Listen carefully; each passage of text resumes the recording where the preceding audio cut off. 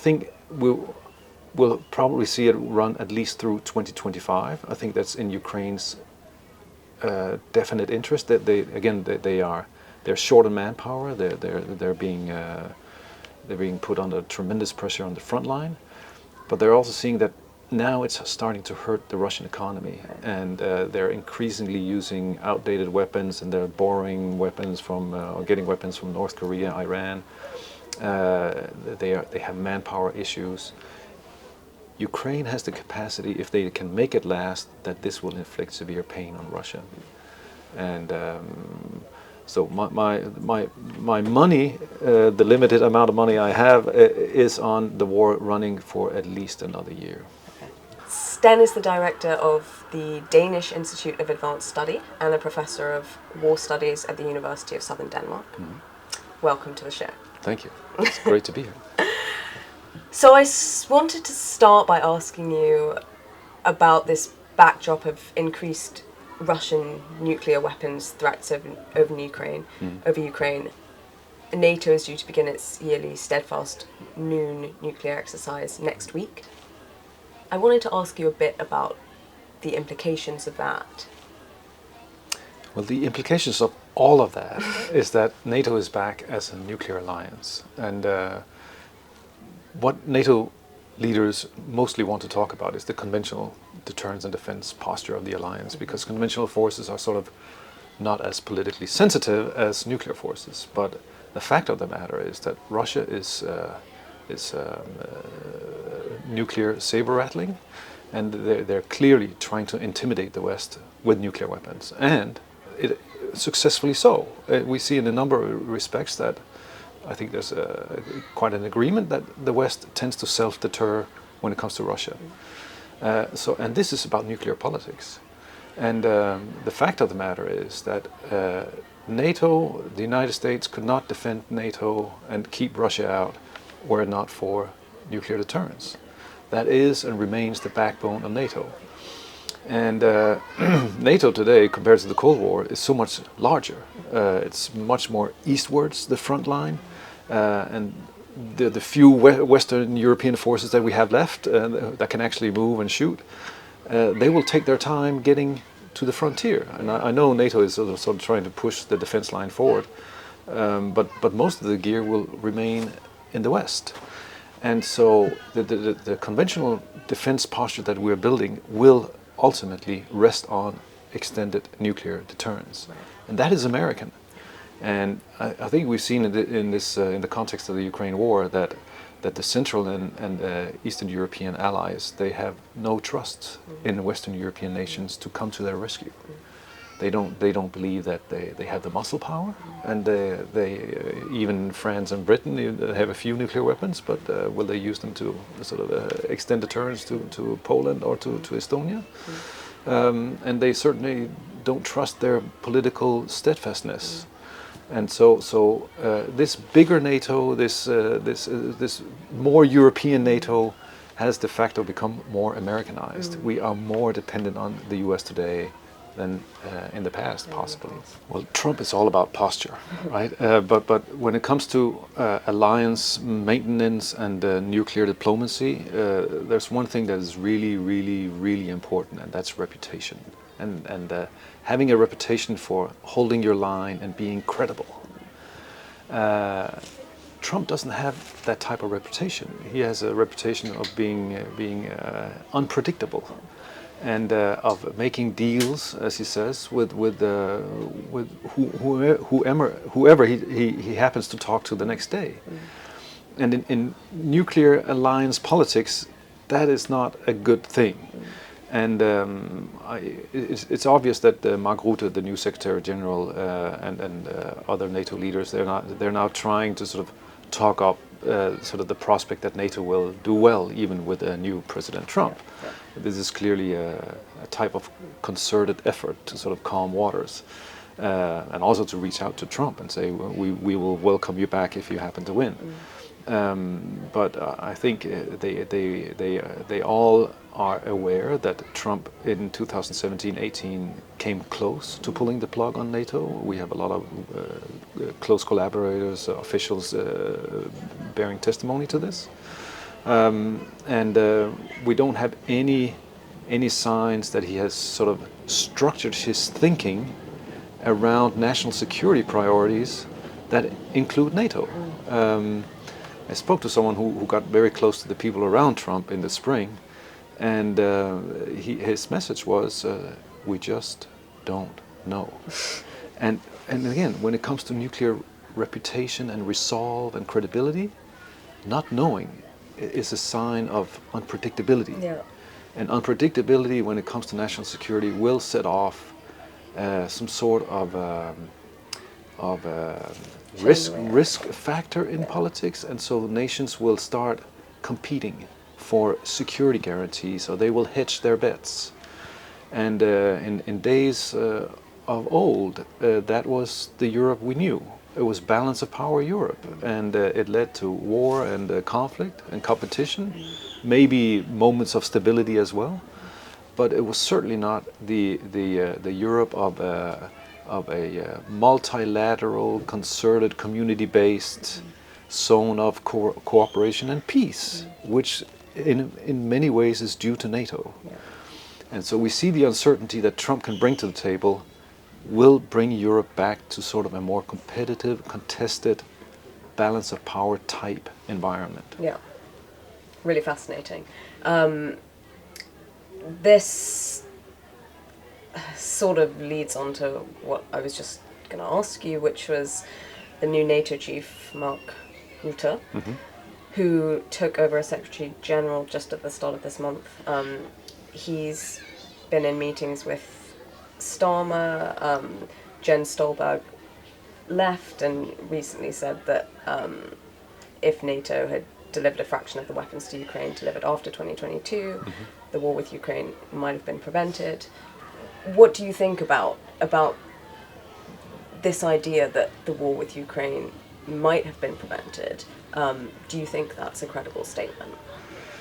I think it is a credible statement, but we have to look at it from what happened from 14 until 22, 8 years. And if we're to put it a bit in blunt terms, NATO went on a vacation. And we didn't see politically what was going on with Russia and how serious their drift into revisionist politics and sort of the antagonism with the West. We didn't see how deep that went. And we thought it was all containable to Ukraine. Too many of us thought that this was a post-Soviet affair. It wasn't a continental affair. We could keep it local. But we woke up and discovered that it concerns us as well.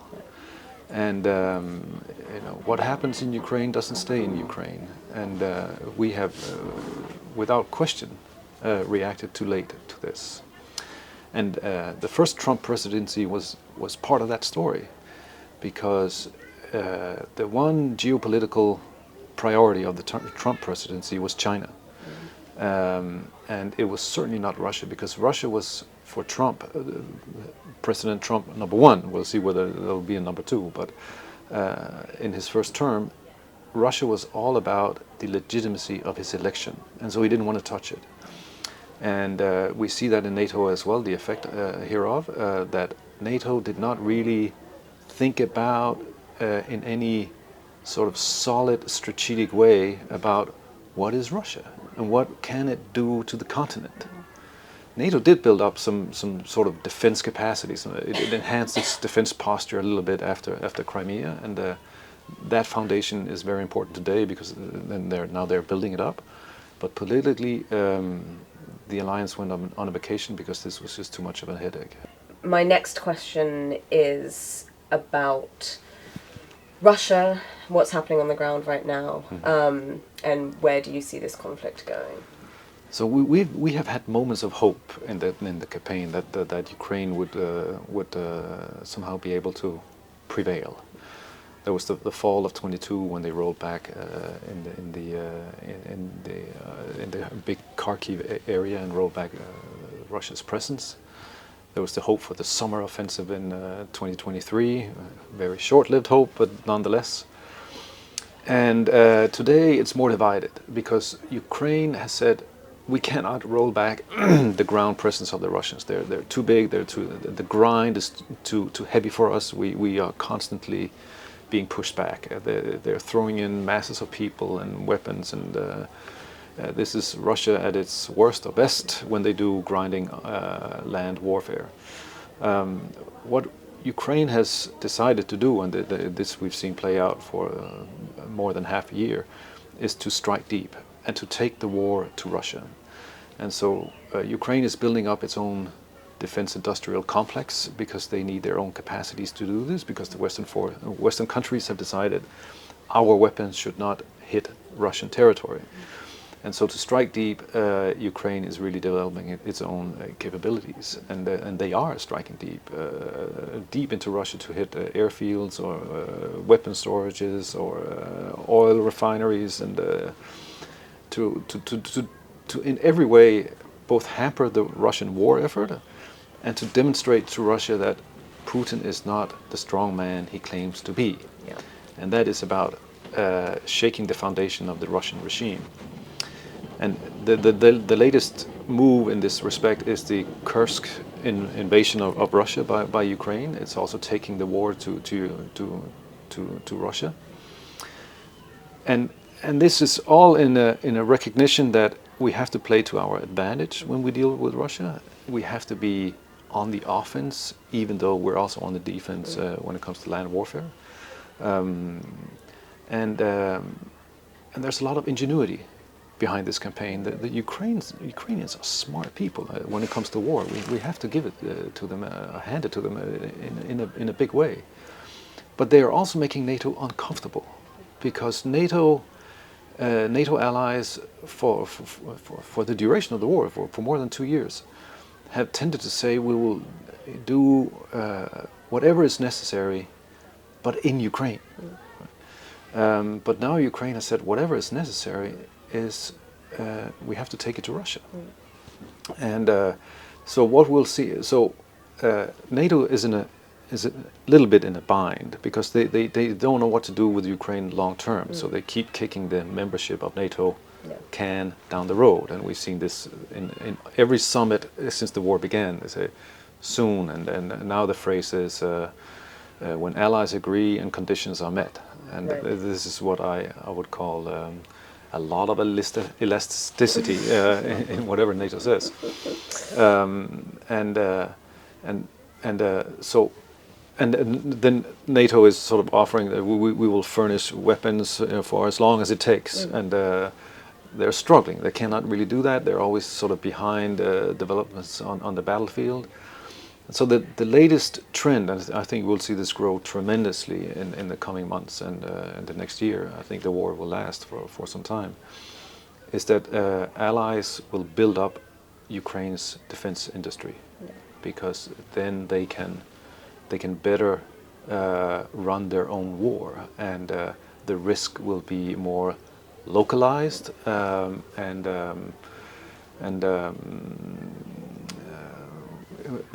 obviously still Russia will try to say, well, this is you guys involving, and they will issue nuclear threats.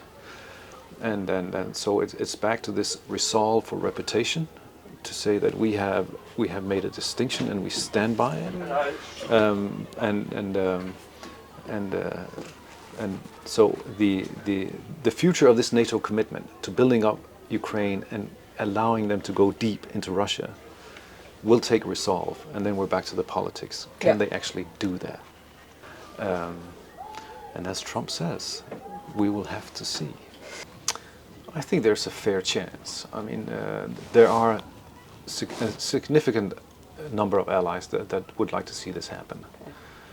The major allies are not sure, especially the US and Germany, and these are also the two countries that have given numerically the largest amount of aid to Ukraine, but they have also been among the most hesitant, very respectful of Russia in a way. Even Team Biden, who otherwise has done a lot of good, but they are being careful with Russia. So NATO is a little bit divided, clearly not able to make up a short-term political decision. But I think there's so much momentum from the Bucharest summit in 2008 when they first said one day Ukraine will become a NATO member, to all the revisionism from Russia that Ukraine has been subjected to, and the realization that this has continental impact. So I think we'll see the war play out. We'll see some sort of freezing of the conflict, and then at the end of that, NATO will move towards defining a process through which Ukraine can become a member. It won't happen overnight. They're smart enough to know that they have to set in motion a process that will allow them to control it politically. But I think that will happen. But we're looking into 3-4 years, 5 years maybe, but the decision making can start to move ahead when the war moves into its end game. Okay. And when do you think that will be? Is that foreseeable? I mean, that is a very good question, but I think we'll probably see it run at least through 2025. I think that's in Ukraine's definite interest. That they're short on manpower. They're being put under tremendous pressure on the front line, but they're also seeing that now it's starting to hurt the Russian economy, and they're increasingly using outdated weapons, and they're borrowing weapons from or getting weapons from North Korea, Iran. They have manpower issues. Ukraine has the capacity, if they can make it last, that this will inflict severe pain on Russia, and. So my money, the limited amount of money I have, is on the war running for at least another year. Okay. Thank you. And finally, Russia claims to have captured 2 Ukrainian villages during its advance in Donetsk. What are the implications of this advance? How serious is it? How will it pan out, do you think? Again, I think we're seeing sort of a kind of a 2-level game here, where the Russians are trying to stay focused on the Donetsk offensive. Ukraine is trying to hold it as best as they can while they take the offense into Russia. And so if you want to get a sense of where the war is, you have to look not at any one of those 2 lines of conflict. You have to compare the momentum behind them and see how the political pain, the balance of political pain, plays out. Worryingly, I would say it's a little bit to Russia's favor right now. I think they have momentum in Donetsk. I think there's a too significant a level of hesitancy in the West in terms of aiding Ukraine pursuing its deep strike strategy.